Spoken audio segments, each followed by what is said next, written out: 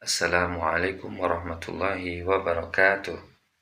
Baiklah, langsung saja kita simak kajian dari Cak Nun dan juga Fahrudin Faiz mengenai hakikat berpuasa. Mari kita saksikan videonya bersama-sama. Puasa adalah Anda berhak melakukan sesuatu tapi Anda tidak melakukannya pada batas waktu tertentu. Anda berhak makan tapi Anda bersepakat sama Allah untuk tidak makan dari pagi sampai sore. Atau puasa adalah kesadaran untuk memahami segmen. Ini bisa terjadi di perusahaan. Fokus produk saya adalah X, segmen saya A. Itu puasa. Jadi sesungguhnya puasa itu pekerjaan sehari-hari. Setiap hari di segala macam pekerjaan itu kita memerlukan puasa. Bersuami istri harus berpuasa. Setiap laki-laki ingin menyetubuhi semua wanita maunya, tapi dia berpuasa, dia fokus hanya kepada istri. Ada division of labor dalam pemerintahan, bahwa kalau depak itu harus berpuasa, tidak mengerjakan selain di koridor depak. Demikian juga departemen yang lain. Dan segala sesuatu, baju kita pakai dengan metode puasa, karena kalau kita mau pakai semua baju kita jadi orang gila. Apa saja puasa, apa saja kalau tidak pakai metode puasa dia bunuh diri.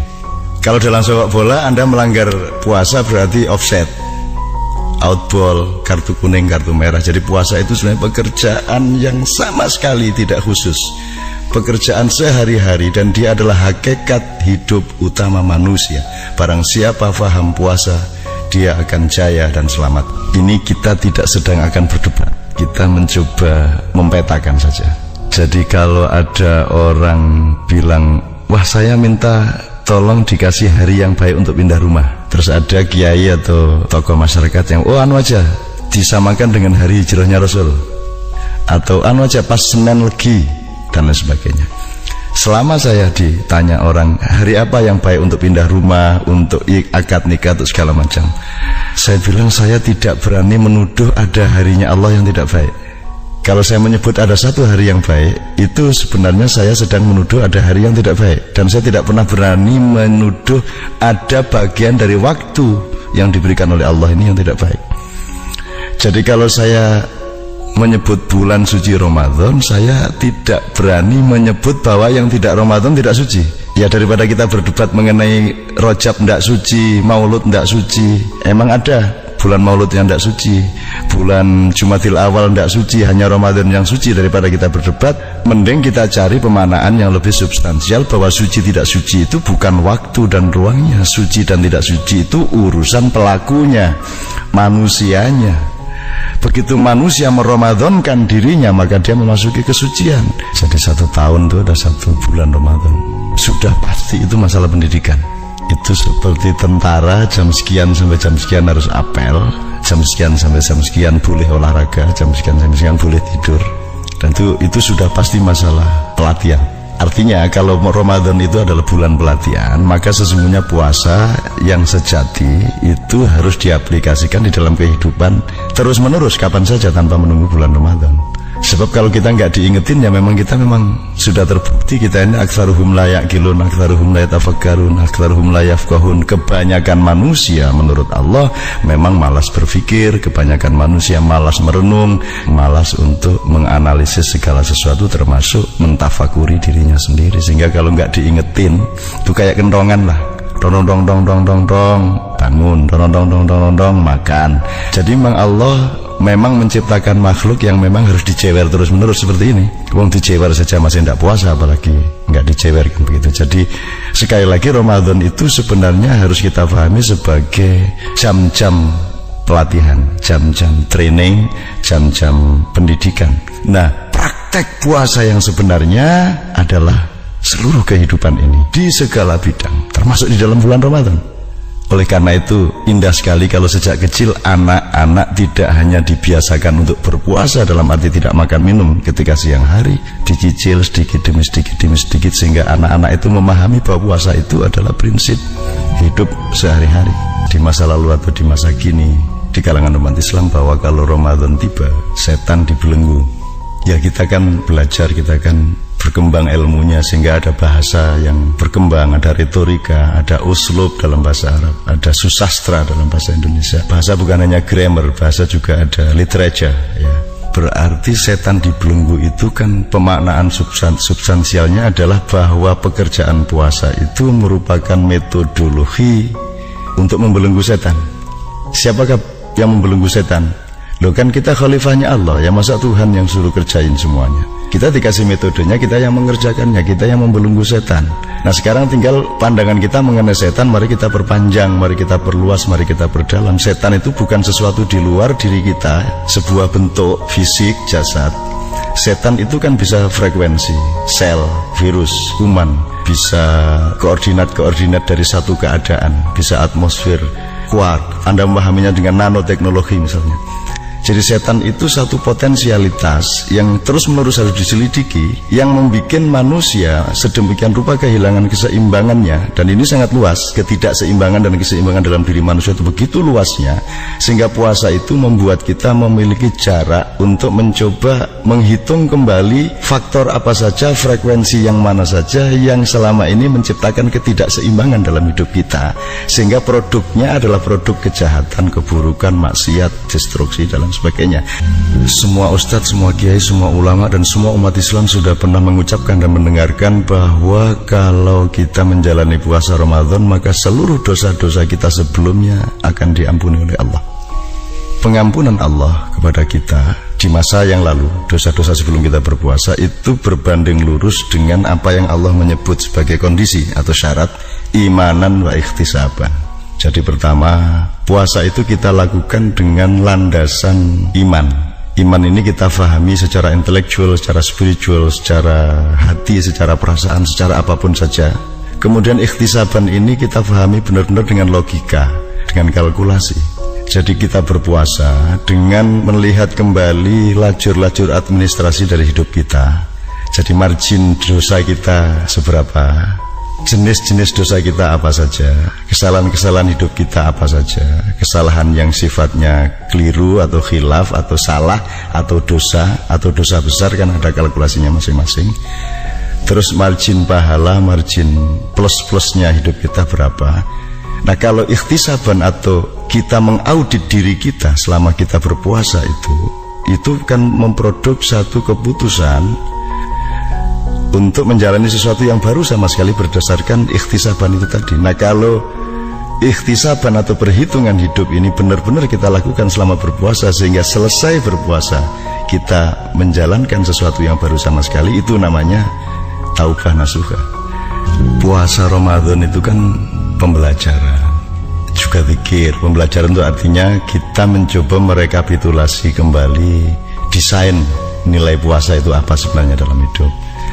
Atau laboratorium, kita berlatih kembali untuk berpuasa supaya di dalam aplikasi kehidupan kita yang bermacam-macam kita tetap setia kepada prinsip puasa. Kalau dalam ilmu kedokteran itu namanya dosis. Orang menentukan dosis itu berdasarkan batas kesehatan. Overdosis menjadi tidak sehat, underdosis menjadi tidak sehat. Dan untuk menentukan batas dosis itu namanya puasa. Rasulullah itu hanya makan ketika lapar dan berhenti makan sebelum kenyang. Jangan dipikir itu ilmu tentang makan, itu juga ilmu tentang puasa. Jangan dipikir ilmu tentang cahaya itu hanya ilmu tentang cahaya. Ilmu tentang cahaya adalah ilmu tentang kegelapan. Ilmu tentang kegelapan adalah ilmu tentang cahaya, karena Anda tidak mungkin memahami cahaya tanpa memahami kegelapan, dan sebaliknya tidak mungkin Anda memahami kegelapan tanpa memahami cahaya. Maka Rasulullah hanya makan ketika lapar. Itu dia mempuasakan ilmunya mengenai kesehatan, sehingga dia menahan diri untuk tidak makan kalau tidak benar-benar pada detik yang pas ketika dia membutuhkan makan secara medis. Dan begitu frekuensi atau jumlah makanan mulai punya potensi tidak terlalu positif terhadap badan, maka Rasulullah mempuasainya lagi dengan berhenti sebelum kenyang. Itu ilmu puasa, bukan hanya ilmu makan. Selama ini kebudayaan kita dan pemikiran kita mengenai puasa memang baru di situ letaknya, bahwa berbuka puasa itu kan wah situ kayak hari rayanya puasa kan gitu kan. Sebenarnya kalau kita mau agak lebih ngeyel sedikit dan ingin meningkatkan ilmu, kita bisa melihat berbuka puasa itu sebagai sebuah pengabdian dan toleransi. Sebab kalau Anda memang sudah terbiasa berpuasa dalam kehidupan, lah kalau cuma maghrib saja kan kita mampu lah. Mau isya bukanya kita juga mampu. Saya waktu kecil saya berbuka jam 10 malam. Tetapi saya mau takjil waktu dung maghrib untuk membatalkan puasa saya, karena saya mencintai Allah, karena saya mencintai ibu saya. Jadi sebenarnya kalau kita mau mencari nilai-nilai yang di lain segi dari tradisi kita sehari-hari, sesungguhnya hidup kita akan memiliki dialektika untuk semakin matang. Kita lomba maraton.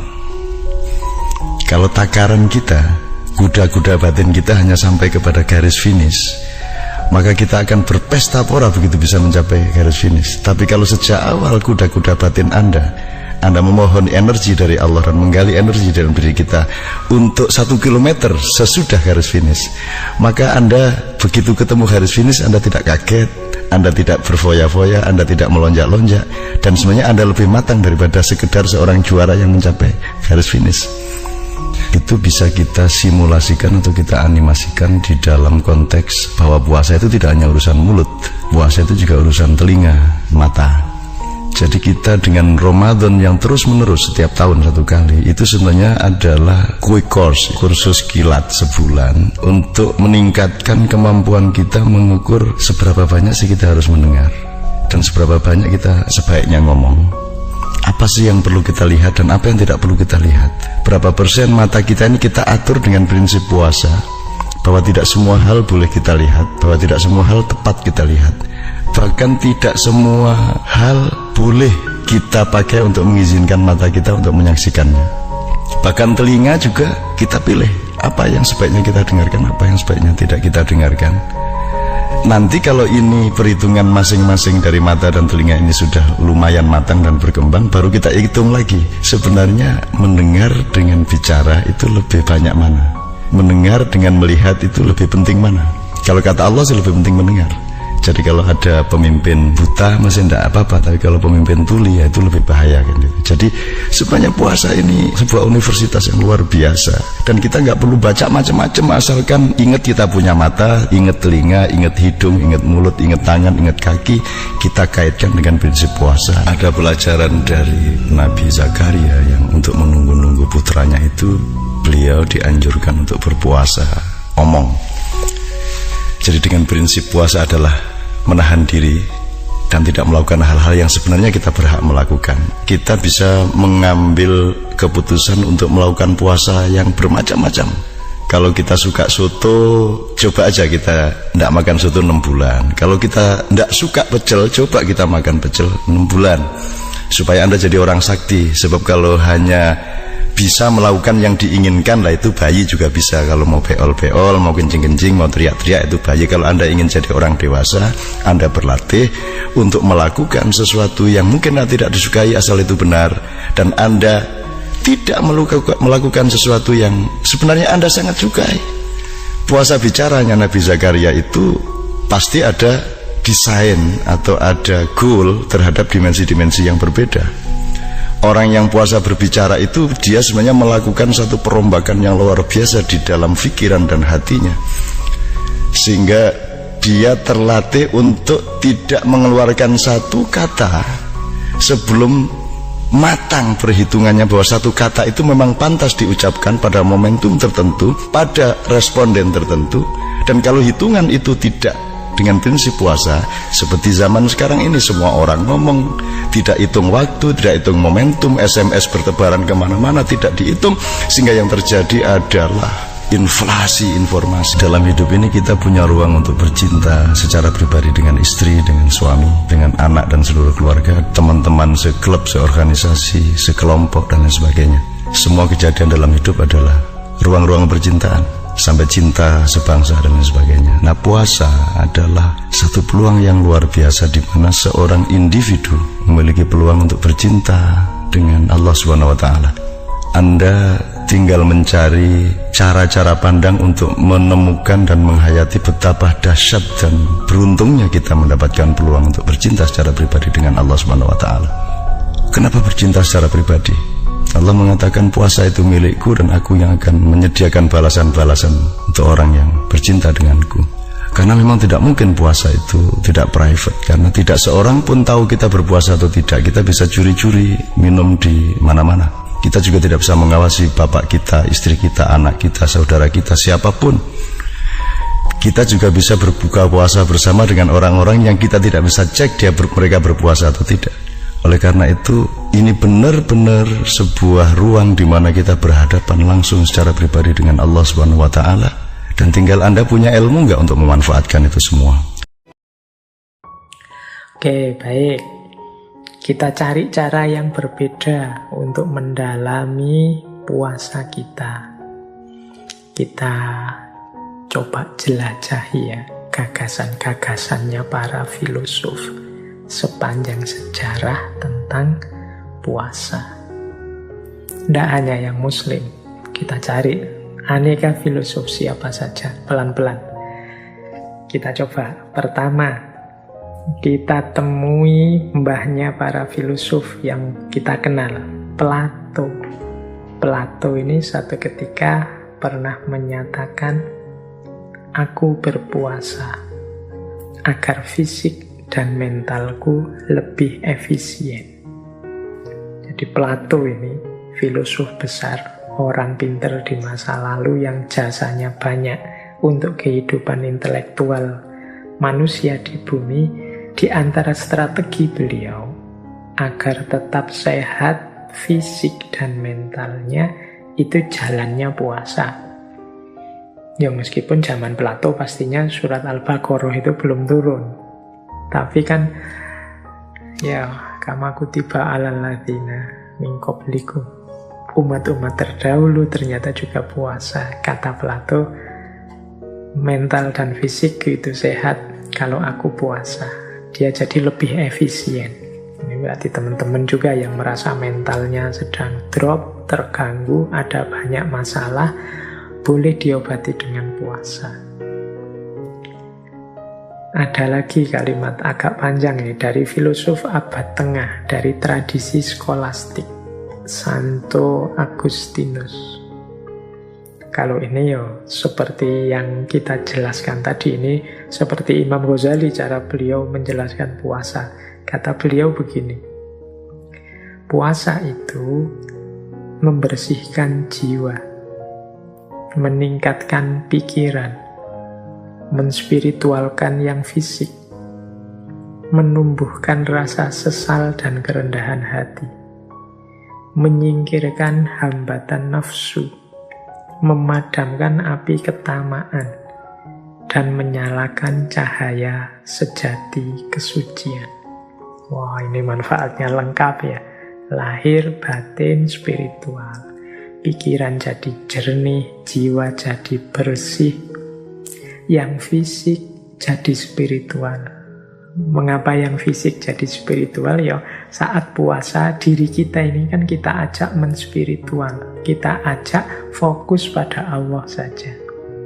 Nah, namanya menspiritual, mengikuti kehendaknya Allah, menghadirkan Allah dalam diri. Ini namanya menspiritualkan yang fisik. Kemudian menumbuhkan kerendahan hati, menyingkirkan, menyisihkan hawa nafsu, yang kalau di kita kan diilustrasikan dengan setan-setan itu tangannya diborgol. Kenapa? Karena puasa itu membuat hawa nafsu kita tersingkir.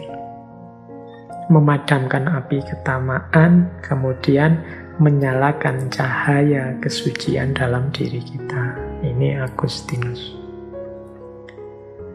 Ada lagi ini filosof Dante Alighieri. Ini beliau ini yang nulis novel populer sekali. Ceritanya sangat kontroversial yang judulnya Komedi Ketuhanan, Divina Commedia.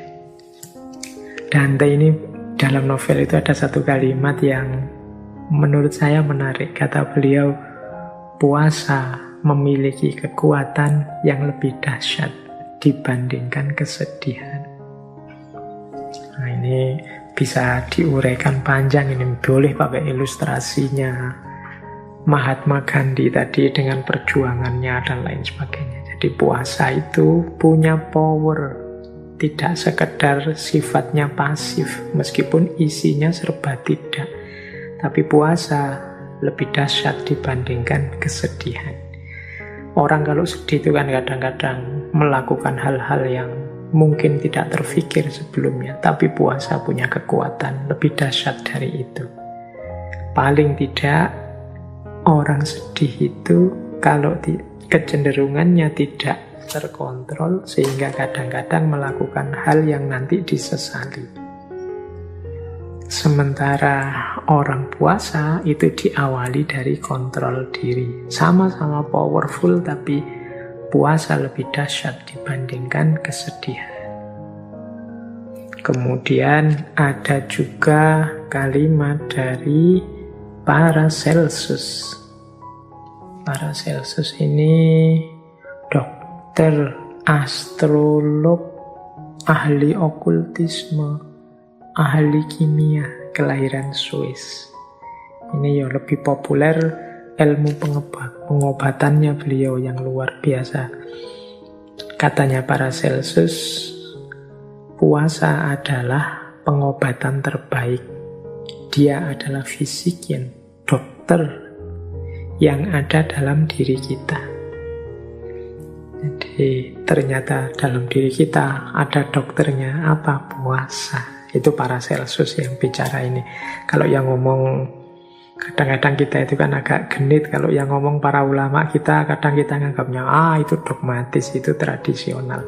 Ini yang ngomong dokter, ahli astrologi, ahli kimia. Kemudian jangan lupa Benjamin Franklin, yang sering disebut sebagai bapak pendirinya Amerika Serikat yang kita kenal sekarang. Katanya Franklin, obat terbaik itu ada 2, yaitu istirahat dan puasa. Ini Benjamin Franklin ya yang bicara. Nah, ya nggak perlu saya jelaskan, teman-teman sudah ngerti mengapa kok istirahat dan puasa itu jadi obat terbaik. Ini lebih menarik. Fyodor Dostoyevsky, ini filosof eksistensialis sejajar dengan Sartre dan kawan-kawan, asal Rusia. Kapan-kapan kita bahas beliau. Nah, kata beliau menarik. Beliau bilang begini, ketaatan, puasa, dan doa itu sering ditertawakan. Padahal hanya melalui hal tersebut terdapat jalan untuk kebebasan sejati. Aku memotong keinginan tak terkendali dan tidak penting. Aku tundukkan kesombongan dan ketamaanku, dan kuhukum ia dengan kepatuhan. Dan dengan pertolongan Tuhan, aku mencapai kemerdekaan jiwa dan kenikmatan spiritual. Nah, ini Dostoyevsky. Jadi kata beliau, mungkin orang-orang hari ini, orang-orang modern yang baru mengalami renaisan, menertawakan kepatuhan pada agama, menertawakan puasa, menertawakan doa. Padahal menurut Dostoyevsky, ketaatan, puasa, dan doa itu bisa menjadi jalan bagi kebebasan yang sejati. Kebebasan yang sejati ini kan yang diimpikan oleh para filsuf eksistensialis. Katanya Dostoyevsky, untuk menemukan kebebasan sejati itu, aku memotong keinginan tak terkendali dan tidak penting. Jadi justru kebebasan itu akan ketemu tidak dengan mengumbar keinginan, tapi dengan membatasi keinginan. Termasuk membuang keinginan yang tidak penting. Kemudian aku tundukkan kesombongan dan ketamaanku. Jadi mengalahkan sombong dan tamak. Orang yang sombong dan tamak tidak akan menemukan kebebasan sejati, karena justru dia akan dibelenggu oleh kesombongan dan ketamaannya. Dan kuhukum dia dengan kepatuhan. Jadi untuk menundukkan kesombongan, ketamaan itu jalannya ya patuh, taat. Dan dengan pertolongan Tuhan, aku mencapai kemerdekaan jiwa dan kenikmatan spiritual. Nah, ini Fyodor Dostoyevsky. Ada lagi Hermann Hesse. Beliau ini penyair, novelis, spiritualis dari Jerman. Beliau mengatakan begini, setiap orang dapat melakukan keajaiban. Setiap orang dapat mencapai tujuannya. Kalau ia mampu berpikir, kalau ia mampu menunggu, dan kalau ia mampu berpuasa. Ini pendapatnya Hermann Hesse. Kalau kita ingin melakukan hal-hal luar biasa, jalannya cuma 3. Bisa berpikir, siap menunggu, dan mau berpuasa. Nah, berpikir berarti ya jangan pasif, daya gunakan akal budimu. Mau menunggu berarti mau mengikuti prosesnya. Tidak ada keajaiban, kesuksesan, keberhasilan yang instan. Dan mau berpuasa berarti siap susah, siap berkorban, siap menghindari ini, tidak melakukan ini, itu, dan lain sebagainya. Nah, ini Hermann Hesse. Ini para intelektual besar ternyata juga menyarankan puasa. Apalagi tokoh kita minggu lalu, Mahatma Gandhi. Ini saya bawa beberapa quotes dari Mahatma Gandhi yang berhubungan dengan puasa. Misalnya ini, agamaku mengajarkan kepadaku bahwa kapanpun muncul tekanan yang tak dapat disingkirkan sendiri, seseorang harus berpuasa dan berdoa. Jadi ini sarannya Gandhi. Dia bilang agamaku, karena beliau agamanya Hindu. Ternyata memang tradisi puasa itu ada di semua agama dan juga ada di semua umat masa lalu. Katanya Gandhi, agamaku mengajarkan kalau ada tekanan, mungkin teman-teman sedang stres apa, galau apa, punya problem apa yang tidak bisa disingkirkan sendiri. Jalannya apa? Ya berpuasa dan berdoa. Jadi ini kalimat dari Mahatma Gandhi. Masih banyak kalimat-kalimat yang lain dari beliau, tapi kapan-kapan saja kita bahas per tokoh. Masing-masing tokoh ini kita bahas panjang lebar bagaimana pandangannya tentang puasa. Baiklah, terima kasih karena sudah menyimak kajian dari Cak Nun dan juga Fahrudin Faiz mengenai hakikat berpuasa. Kami ucapkan terima kasih. Kami akhiri, wassalamualaikum warahmatullahi wabarakatuh.